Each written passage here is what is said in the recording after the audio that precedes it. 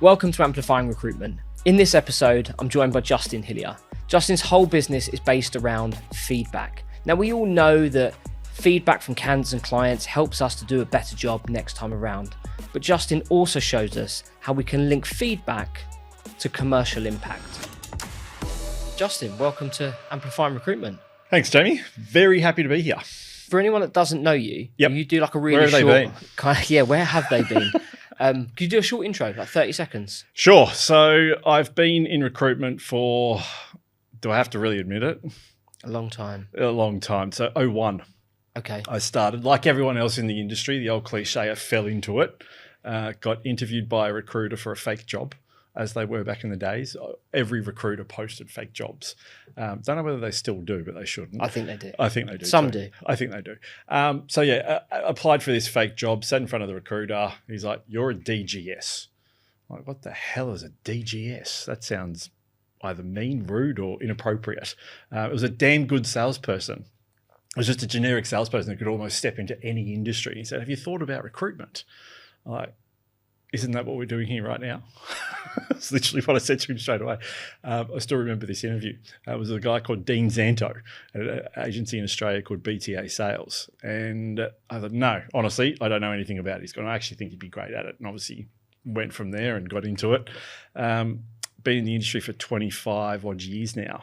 So yeah, I tried to get out about 7 or 8 years ago, and it sucked me back in, Jamie, as it does. And it's the business I'm running now that sucked me back in. And so the business you run right now that sucks you back in, that's Recruitment Insider, right? Recruiter Insider. So everyone says Recruitment Insider. Recruiter Insider. Recruiter Insider. Recruiter Insider. I need $1 for every time someone said recruitment. Man, I could retire right now. Recruiter Insider, like what is it? What is it? Good question. So the whole business started back in 2016. It was about August. I was in my apartment. I just got back from a round of golf. It was a Wednesday, middle of the day, played golf in the morning. Obviously, it sounds like I was working at the time, which I wasn't. I was in between contracts, and it sucked me back in. Recruitment did out of the back of this. I got a call. I'm like, oh, yeah, okay. Hi, how you going? Who's this? It was a number I didn't know, and it was a recruiter. And I wasn't working. I didn't want to work. I was actually going to take the rest of the year off and have kind of a career break. I'd done, hadn't had a holiday in ages and just come out of this really intense contract of about 9 months that was like 24/7. So I said, okay, fine. What do you want to talk about? You've called me, which impressed me more than anything. It wasn't an in-mail, which was the rage and still is today. I said, okay, what do you want to talk about? She said, well, I've got a job you might be interested in. I'm like, I don't want to work. I'm not interested. I don't play golf for the rest of the year. I had enough money in the bank. I didn't care. I was like, no, I'm playing golf. But you called me. What is it? What's the job? She said, well, before I tell you too much about it, I think you're too senior for it, and I think the salary is going to be below your expectations. What? You're calling me? You've already found 2 strikes? I didn't know whether this was a prank call at the time. One of my mates, a couple of my mates owned agencies, and I thought they might be getting a couple of their consultants to, call me, have a prank call, whatever, which would just waste their time because I'd keep them on the phone for 45 minutes talking about nothing and then say, no thanks, but no thanks. But no, it was a legit call. I said, great. So you found 2 strikes. Let me find the third for you. What industry is it in? She said, finance. I have no experience in finance whatsoever. How the hell did you look at my LinkedIn profile? She said, I found you on LinkedIn, of course. That's why she picked up the phone. Why did you call me? He said, well, you worked at Astute Payroll for 12 months. It's finance. No, it's not. It's a payroll software company for recruitment agencies, for contractors. It's got nothing to do with finance whatsoever. She's like, was the response. What kind of call is this? So I went, thanks, but no thanks, bye. I could have left it there.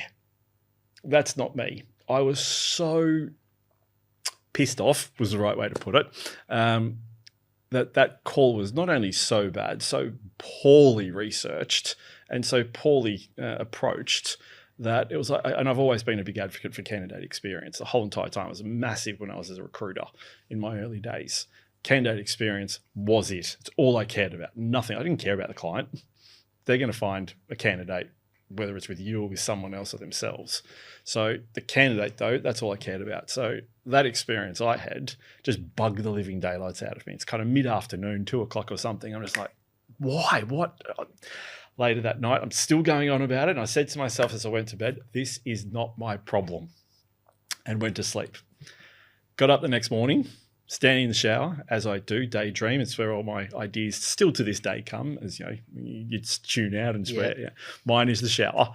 And sure enough, I kid you not, cliche light bulb moment. Based on the experience of another recruitment software company I'd worked at, I designed the platform. We've got a video here. It was literally in the space of this. And it was that action that I had right, bang, bang, bang.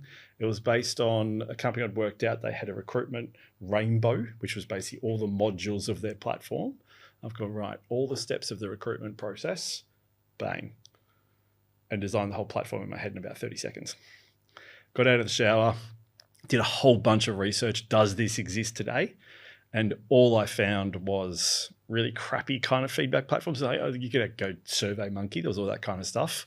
Then I started to see this thing that I'd never, at the time, this is 2016, heard before because I hadn't had any contact with it or any need to. NPS, which I know we'll get into. And I'm like, okay, what is that? Didn't get it. Didn't understand. Didn't know what it was.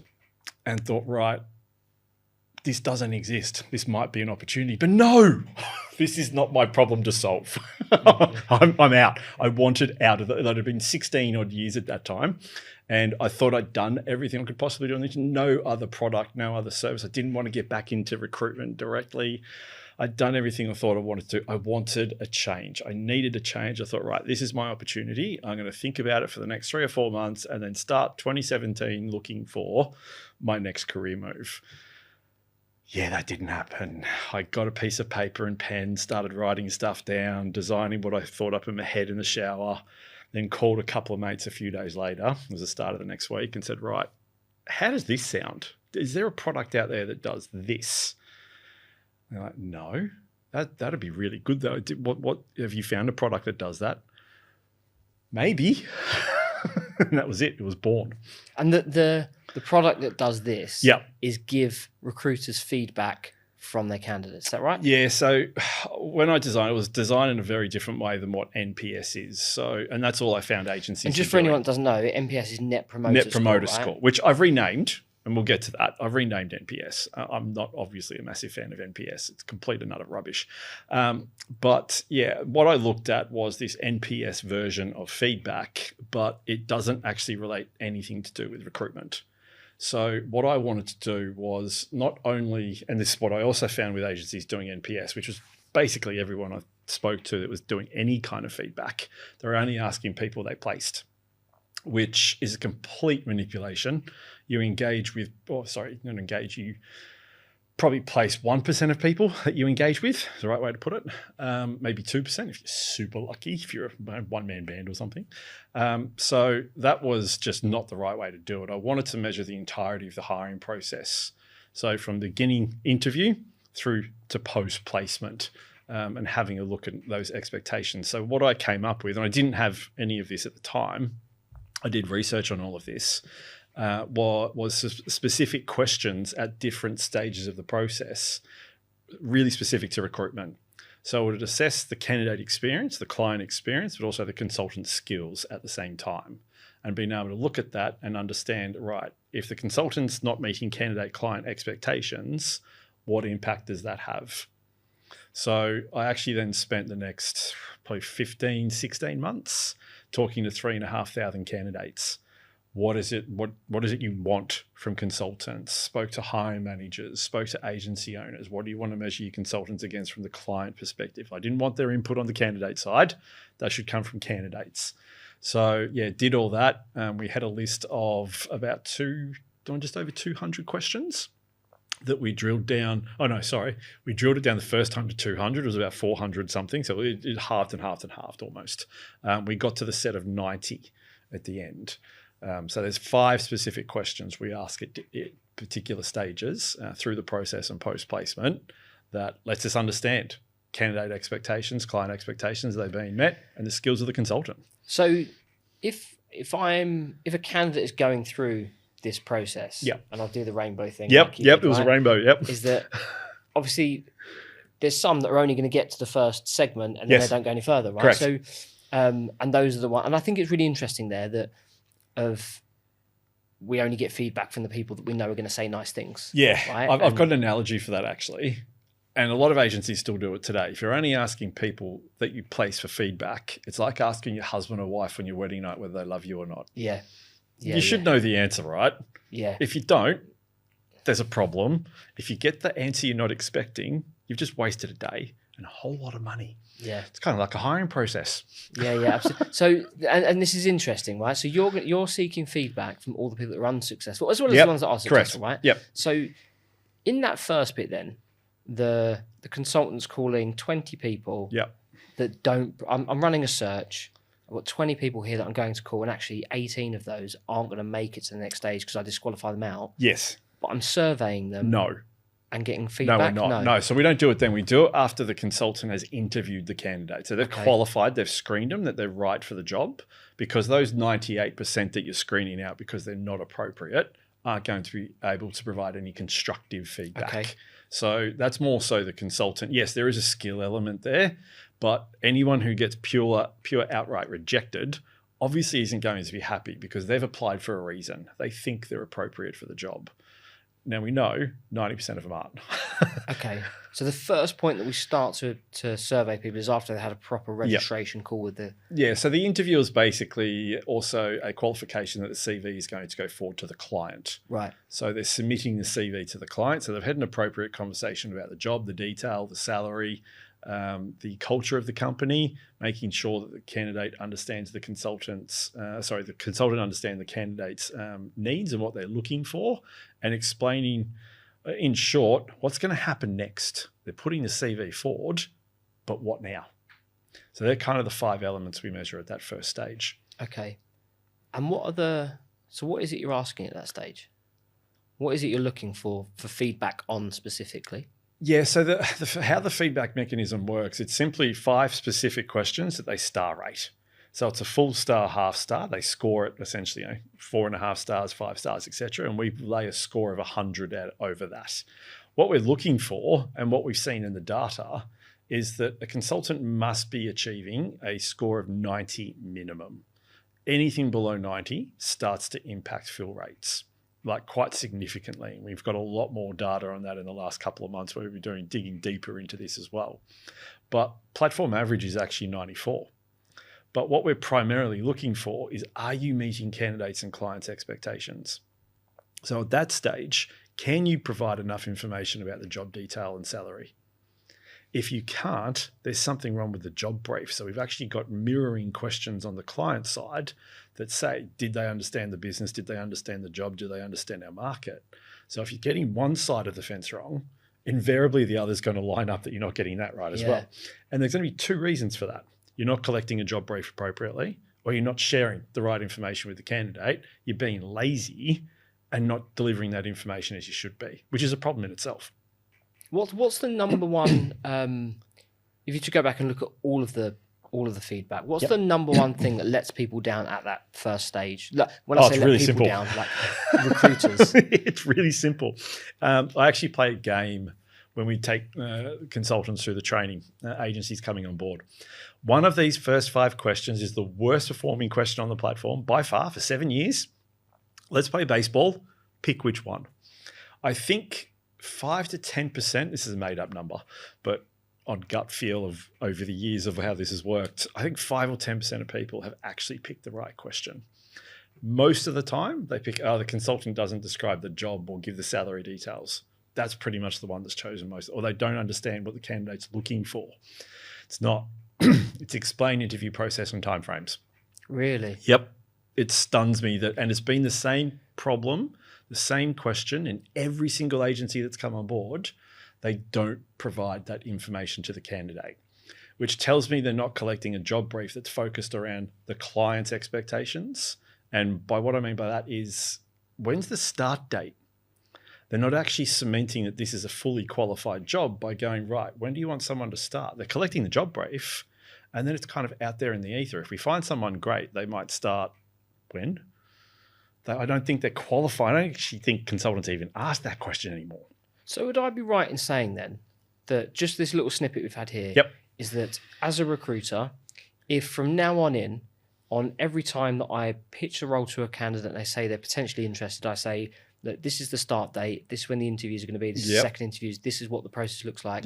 I should improve the experience that person has. Not only will you improve the experience that candidate has, you will blow your fill rates out of the water. We've actually looked at this in deep detail and the fill rate performance of consultants by quartile. So we're looking at the top 25% to the next, to the bottom. That one question alone, those who have the highest fill rates outperform the bottom quartile by 134% in terms of fill rate. So there's a commercial impact here, isn't Correct. It? Like a very clear commercial massive impact. Commercial. So not only is it skills, it's communication, but it's impacting the bottom line. And I say this to consultants when we take them through the training. You might not think this question is that important. Put yourself in the candidate's shoes for a second. They're not just looking at your job. They're looking at 5 or 6 or 10 others. They're having conversations with recruiters. They're talking to employers directly. They know, because they're getting told this information, here's what's going to happen next, here's the start date. You're not sharing any of that information with them. Yours could be a 6-step process, which you should be telling your client that's completely and utterly ridiculous, and it could take 3 months. Now, that person who you're talking to has got bills to pay. They might be between jobs. They might want to get out of their job desperately. They want to move for a reason. They're not going to wait 3 months when every other process they're looking at is 6 to 8 weeks. That extra 6 weeks is actually a bit of a big deal. And they're trying to also fit this into their own schedule as well. So they've got to have all these interviews with all these other employers and recruiters and then line that up to a start date somewhere down the track that for you, they don't know because you haven't told them, because you haven't asked the client, potentially, or you're not sharing that information. I think it's the biggest, well, it's the easiest thing to fix straight away. Is there typically in recruitment, right? People talk about like job short markets and candidate short markets, right? Those are the things. Does it work in one and not the other? Like how? Or not does it work? But I suppose what's the difference? We have seen zero difference. That one question for 7 years has been the worst performing question. So we have, and what I mean by that is we look at the number of consultants scoring under 90 and the lowest performing question at the same time, and it ticks both boxes. So it doesn't matter. We've gone through both markets in the last 7 years that we've been operating. It's been the same question every single time. I don't even need to look at an agency in the first 6 weeks to know what their worst performing question is. It's always that one, every single time. And it's been the case for 7 years. I don't think the market has a lot to do with it. It's either consultants aren't getting trained properly as to why asking a simple question, when is the start date? How many steps in your process? And I actually say this to consultants as well. You should know, if you've worked with that client before, 2, 3, 4 times, whatever it is, you should know what their process is by now. Would there be, so that question is important, but the surveying or the feedback process in a candidate-rich, job-short market, I think there'll be people listening to this go, well, it doesn't matter. It doesn't matter what experience they get because actually I hold all the aces at the moment. I'm the one with the vacancy and there's a ton of candidates that all want the thing that I've got. Yeah, look, I think there will be as well. And I would say to those agency owners, you clearly don't give a crap about your brand whatsoever. And that to me speaks of the early 1990s, kind of mid-1990s style of recruitment, where it was kind of chop shops. It was boiler room kind of stuff. We are the boss. We say what goes. We don't care. Try and scale your business with that approach. Good luck. Yeah, and I wasn't advocating for that. By the way. I try and tap into maybe what some people are thinking. So, okay, so we've got that first bit there. Then what's the next stage that you see? The candidate client interview. Okay. Yeah, so it's interesting. We don't see the consultant having a huge impact at this stage, although there's a couple of key points there. The hiring manager certainly has an impact, especially on the contract side of the fence. Okay. So what we've seen in this research we've just done recently, the perm influence isn't massive with hiring managers at that stage because we also have the candidate review the hiring manager after they've interviewed. They also at the same time review how well the consultant has prepared the candidate. So they're doing that simultaneously after the interview. Perm, hiring manager, not a massive impact, but you certainly don't want to play games with it. Contract, enormous. So the companies on the contract side, the hiring managers who are getting reviewed, when they get it right, it's kind of doubling fill rates. So there's a significant impact on the 5 questions that they're, so they're able to describe the culture, they're able to describe the job, they're able to describe how well that candidate would fit in, they're showing interest in that candidate, in their answers, in their experience. And really importantly, they're turning up to the interview prepared, which for a lot of hiring managers, what is that? They don't even know what that means. And what we've seen a lot in the data as well is that hiring managers are really particularly poor at describing the job, describing the culture, and describing how that person would fit in. So what that tells us is they're not great at pitching. That's not their skill. They might be an IT manager. They might recruit once or twice every couple of years. This is not their job. So there's a huge gap in what we're doing in terms of being consultants back to our clients by not asking what I would say is 2 simple questions to a hiring manager when you're collecting the job brief. When was the last time you interviewed? It gives you an idea of, right, it's not in the last 12 months, not in the last 2 years. This team might have very small turnover. I think that's critically important to understand how experienced that hiring manager is. But also, what's your confidence level in interviewing? Ask the first question, when was the last time? And right, if it's anything over the last 12 months, what's your confidence? How comfortable are you in interviewing? Because the chances are that hiring manager is actually more nervous than the candidate going in. Yeah, absolutely. Yeah. Now, you've got those 2 pieces of information. Great. Here's what we know. So you need to be able to pitch the job and the culture. Try that. Like, practice it with them. Get them comfortable. Give them tips of what they can be saying to do those elements. Because if you mess that up, now that candidate sitting in front of the client, who's the decision maker of whether that person's going to be hired, is on the back foot, because the candidate's also got a lot of power in that interview as well. They can decide no. Yeah. And it's all going to be based on how they feel the hiring manager is adept at not just interviewing, but how well they know the job. Yeah, absolutely. Okay, that's really interesting, that. And then what's the next stage after that you see? Placement, where, shock horror, everyone's happy. Yeah. What's the people that don't get the job? Yeah. What happens in the feedback bit there? Is there bitterness towards anyone? No, It's fascinating. The response rates are obviously a little bit lower than placement because everyone's super happy at placement, right? Everyone's got the outcome they were looking for. But what we typically see, and what I found in the research, is that it doesn't impact their ability to respond. They're not super negative. The data doesn't come through that way. The research I did, I kept on asking this question again and again and kept on going, really? You think that'll help you? They actually think by providing feedback at those first 2 stages will help them get the job. Oh, right. It won't. Yeah. One little bit. It has no influence whatsoever, even more so because the consultants on our platform don't know who gave the feedback. It's anonymous. So those 5-star questions they're scoring is an aggregate. How are you providing an overall experience, not an experience to an individual candidate? Because there's thousands of candidates. You can't make everyone happy. Yeah. It's just not possible. So we look at this from a volume point of view. So yeah, look, they said, I provide feedback. I've had my say. I feel like I've done as much as I can. I've gotten everything I want out of it. But did the consultant give me everything I needed? And that's what they're giving feedback on. And if they haven't, they do hit them, but not necessarily super hard. That's interesting. You said something earlier on. You said NPS is rubbish. And now that's the nice phraseology I use. Yes. NPS is for people who don't understand feedback. Okay, so treat me as I don't understand feedback, because I would have said, from my stance of pure ignorance, right? Yep. Of like what we're talking about here is NPS, no? Yep. Yeah. You'll kick me off. Look, NPS is the single worst metric to measure service by. It is the purpose of feedback primarily. Would you agree that it's to improve? It should be. It should be, right? It's to understand what are we doing well, what can we improve, what are we doing well that we need to continue. It's about improvement. NPS is a closed question that has no text, no context, therefore no relevance to any specific person you're asking the question of, be it in recruitment, real estate, retail, hospitality, restaurants, anything. Would you recommend said product or service to a friend or colleague? And it's not even a yes or no question, which would be probably easier to understand. It's a score that the person giving that score scores it out of 0 to 10.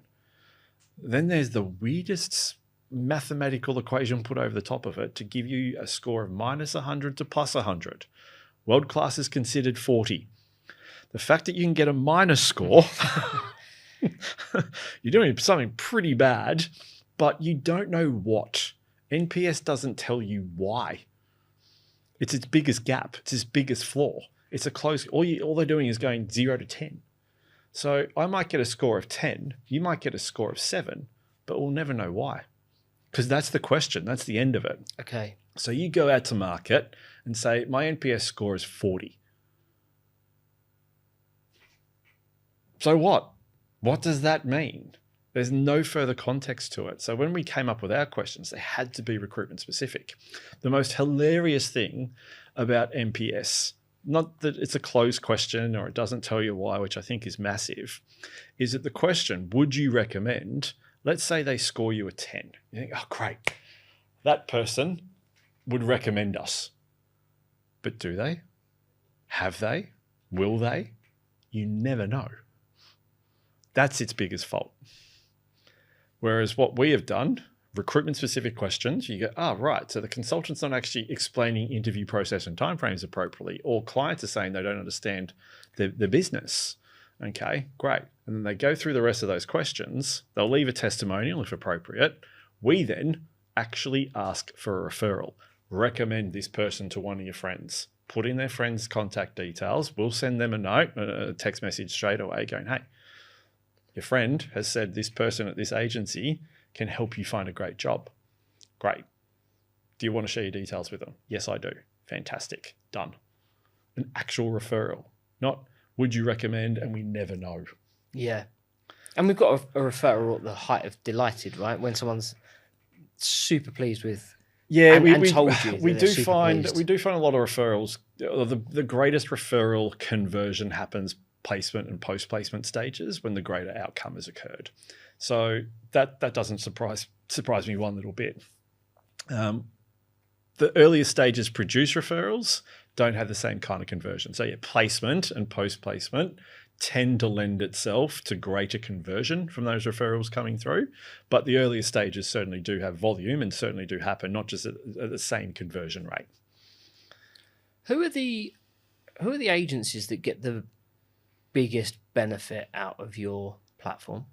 The agencies who are obsessed with service. We are a service industry, right? We could say that the candidate is the product and the client is the customer, and we put the two, but it's a service we're providing. We don't get paid 99%. Well, I wouldn't say 99, but most agencies, unless they're doing a retainer or exclusive, don't get paid unless they provide that service. They're not charging for the pieces before unless they get those, two holy grail kind of retained exclusive pieces. So the agencies that have a service focus, and interestingly, I'm probably going to piss off 50% of people when I say this. Do it. I'm actually in the bucket as well, mind you, and so are you. Have you picked up what it is? Hit me with it. It's agencies that are predominantly female. Right, okay. Yep. The agencies that are predominantly female perform better on our platform because they tend to be more service orientated, more empathetic, more That's detail, really interesting. more detail orientated. We do awards every quarter and every year, and rarely does a male end up in the top 5. Rarely. Wow. Yep. It's astonishing.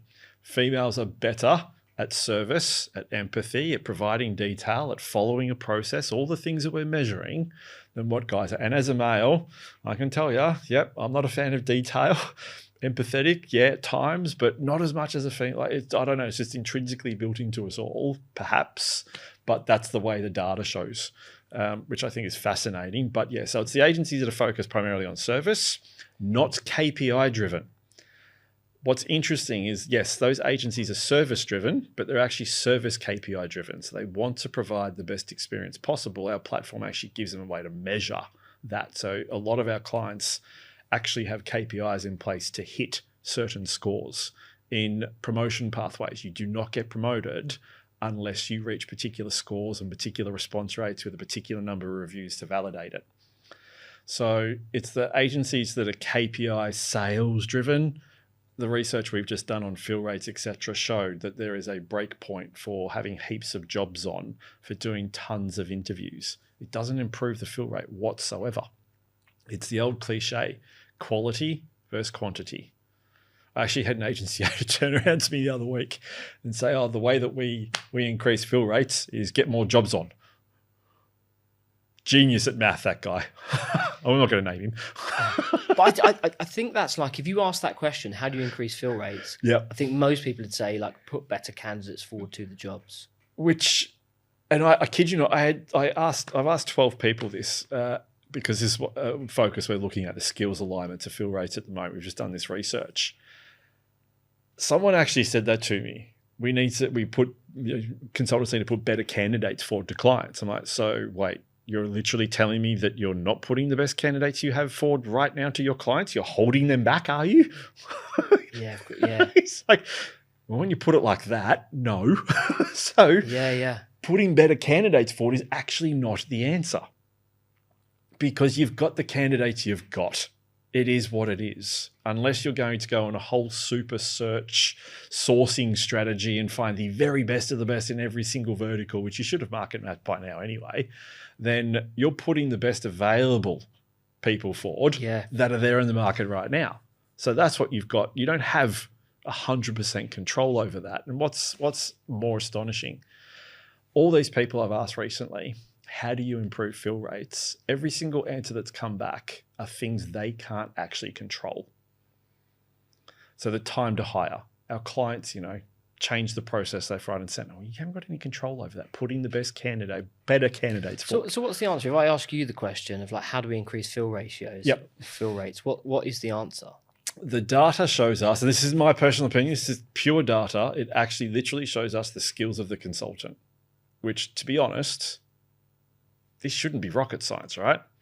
That shouldn't surprise anyone. The better skilled consultant will be better at their job. The better trained they are, the better knowledgeable they are. Not necessarily experience, because you can learn stuff. Yeah. You can learn how to collect a job brief. You can learn, be taught what to communicate to a candidate at the right stage. It's all about the training, the skills of the consultant. So if you get that right, as the data shows us, we've looked at top 10, top 15 skills. It's anywhere between a 40 to 130% improvement uplift on fill rate for individual questions. So the top 15 questions, I think it goes down to about 30%. So the 15th question is about a 30% uplift on fill rate, and the top one's 130, which is explain interview process and timeframes. By getting those questions right, that's what the top quartile by fill rate are doing. And that's the difference between the bottom. So there's quite a significant, validity around the skills of the consultant versus, hey, trying to find better candidates or trying to tighten up the hiring process, which of course are all things you should be doing as well. But the biggest needle mover will be the skills of the consultant. And that loops back to the feedback, with the intention to improve, right? Yep. So why do you think then that so many agency owners or business owners treat feedback as like an optional or cosmetic type exercise? I don't think they actually fully appreciate the impact and what it means. So feedback, and look, I'll be honest with this, it's almost seen as a nice to have for a lot of agencies.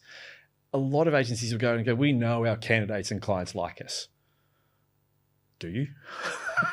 I bet you they don't, not all of them. I bet you they don't like you to the degree you think they like you as well. So we're dealing with people, right? Nothing's 100%. No one on our platform has a score of 100%.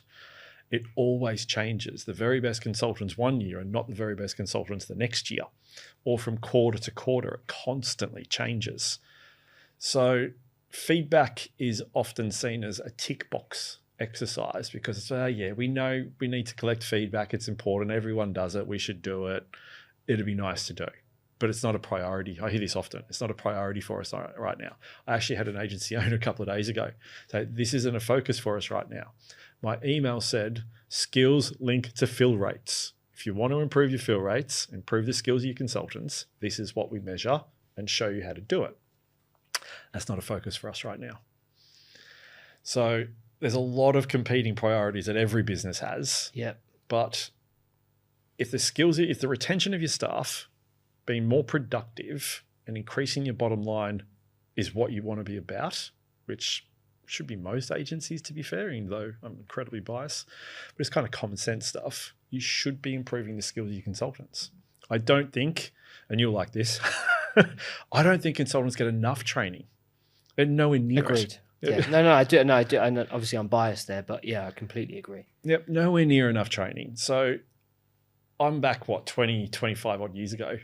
I got stuff all, but that was a totally different time. I think I had 3.5 days training, was thrown the yellow pages, open up a page, do this. That's the industry you're recruiting for. Call all the companies and try and get jobs on.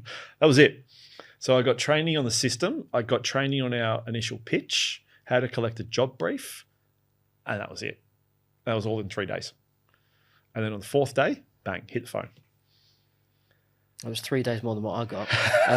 But you're right. And I think actually the people that really don't get enough training is those that are like more than 6 months in. I think as an industry, we're pretty good early on now of onboarding people. But once we're 6 months in and actually doing the job, which is what you're talking about here, right? When I'm collecting job briefs, I'm pitching jobs to candidates. And you're out on your own now. You're not being handheld. That's it. As such. Like the feedback there is really important. And I think that's the bit we miss as an industry. Well, I remember this is in our first year. We went live with a client. I remember having 20 odd consultants in the room, the owner standing at the back of the room.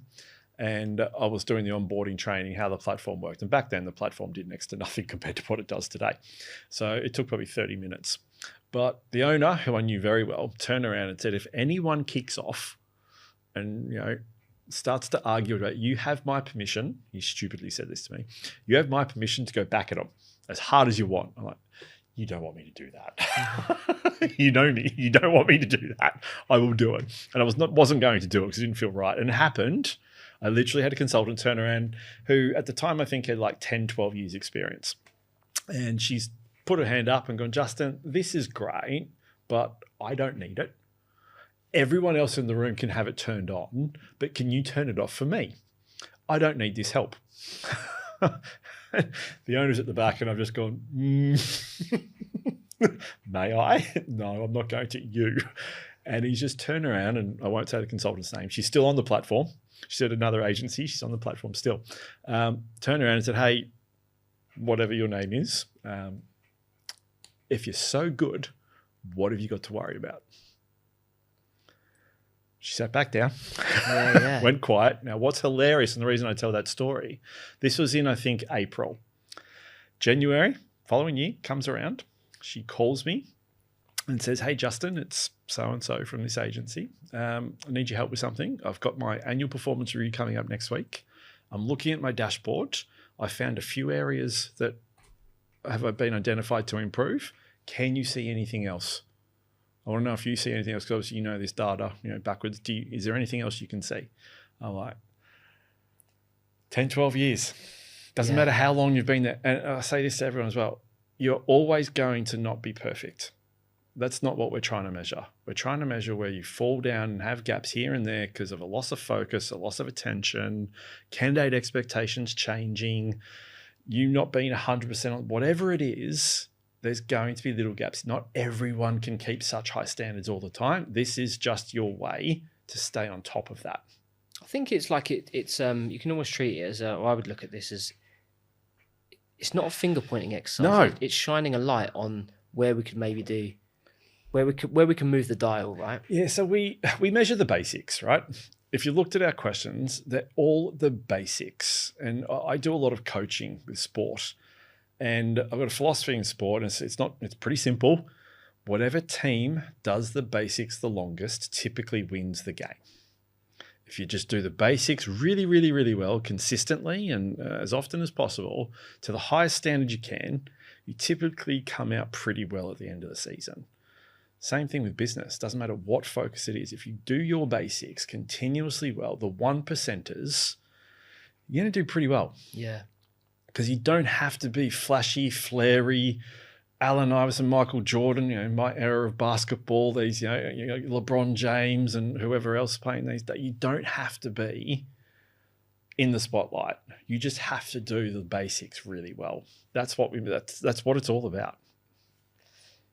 I found this absolutely fascinating. If you were going to give one piece of advice beyond use our platform, if there's a recruitment business owner listening to this, what's one thing you'd say to them to think about when it comes to feedback? It's not a threat. It's actually it can be one of your biggest assets. And I look at it from the perspective of those agencies using NPS. I'll put it into some kind of context here of doing nothing at all. So if I'm using NPS, I go have a client meeting and I turn around to the client, who also is talent acquisition, HR, whoever you're talking to in that little sphere, probably also don't know a great deal about NPS. So you're talking to a brick wall and someone who's going to look at you and go, what's NPS?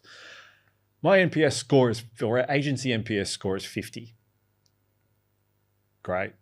Awesome. Out of what? 100? Sounds pretty bad. That's the end of the conversation. You need to collect feedback to understand how you're performing in the market, how you're meeting candidates and clients' expectations. And I'm not advocating for our product. It's just, the more specific the feedback, the more information you can then share with candidates and clients and validate, here is what people said about us. Because what I see a lot of agencies do, and I've done this research, I went and jumped on 100 agency websites and looked for 2 words on their homepage: expert or specialist. You laugh. Guess how many agencies out of 100 had 1 or 2 of those words on their homepage? All of them. Yeah, pretty much. It was 80%. It was literally 80 of 100. I'm just like, oh my God. If you're all going out and saying you're experts and specialists, you have no point of difference. You sound the same. And let me guess, none of you are experts or specialists, because you all can't possibly be. That is a fallacy. So we're all going out with the same kind of pitch. The best way to go to pitch, in my personal opinion, is to do it with what others have said about you. What has their experience been like? That's why you need the feedback. It's so powerful to be able to turn around and go, I'm not going to sit here and say that I'm great, because obviously, why would I say that I'm shit? Work with us because we suck. Yeah. Yeah, that's not going to win your business, right? But here's what 20 clients said about us. Here's what 100 candidates have said about us. That's far more powerful than us saying, we've got 50 years experience. Oh, I love this one.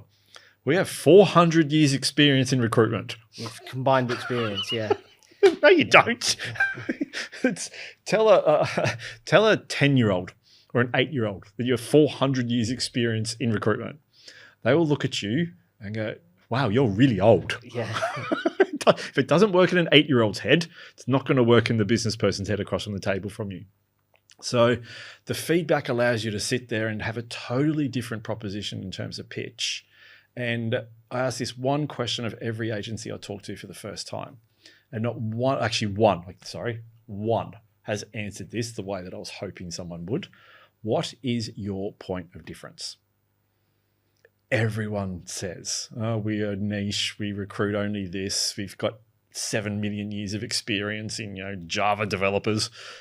Or a bit of new tech. I've loved this one. We've got 10 years experience in AI. What? It's only been around for 3 years or 2.5. You can't possibly, still sounds stupid. Your biggest point of difference is you. You are. The experience you provide to your candidates and clients is the differentiator between your competitor. Because at the end of the day, everyone recruits the exact same thing. They're recruiting for IT, they're recruiting for engineering, they're recruiting for a niche, whatever it is. Everyone does the exact same thing. So what is the difference between you and your competitor next door? It's how you make people feel. It's the experience you provide. Will they come back to you or not? That's it. It's been so interesting. I think there's a lot that people can take away from this. If people listening do want more info, what's the best way to get in touch? LinkedIn, probably. I'm pretty easy to find. I'm pretty vocal on there. You can go to recruiterinsider.com, reach out to, it'll come through to me. So you can reach out to me on there. or hey, my phone number is also on my LinkedIn profile. I would love someone in today's day and age to pick up the phone and go, hey, I watched your podcast with Jamie. I listened to it and I thought I'd pick up the phone and surprise you. Because that's what happened 8 or 9 years ago. And that's how this business started. Who knows what can happen with a phone call, right? Brilliant. On that note, I love that. What a way to end. Justin, thank you so much for your time, mate. Pleasure, Jamie.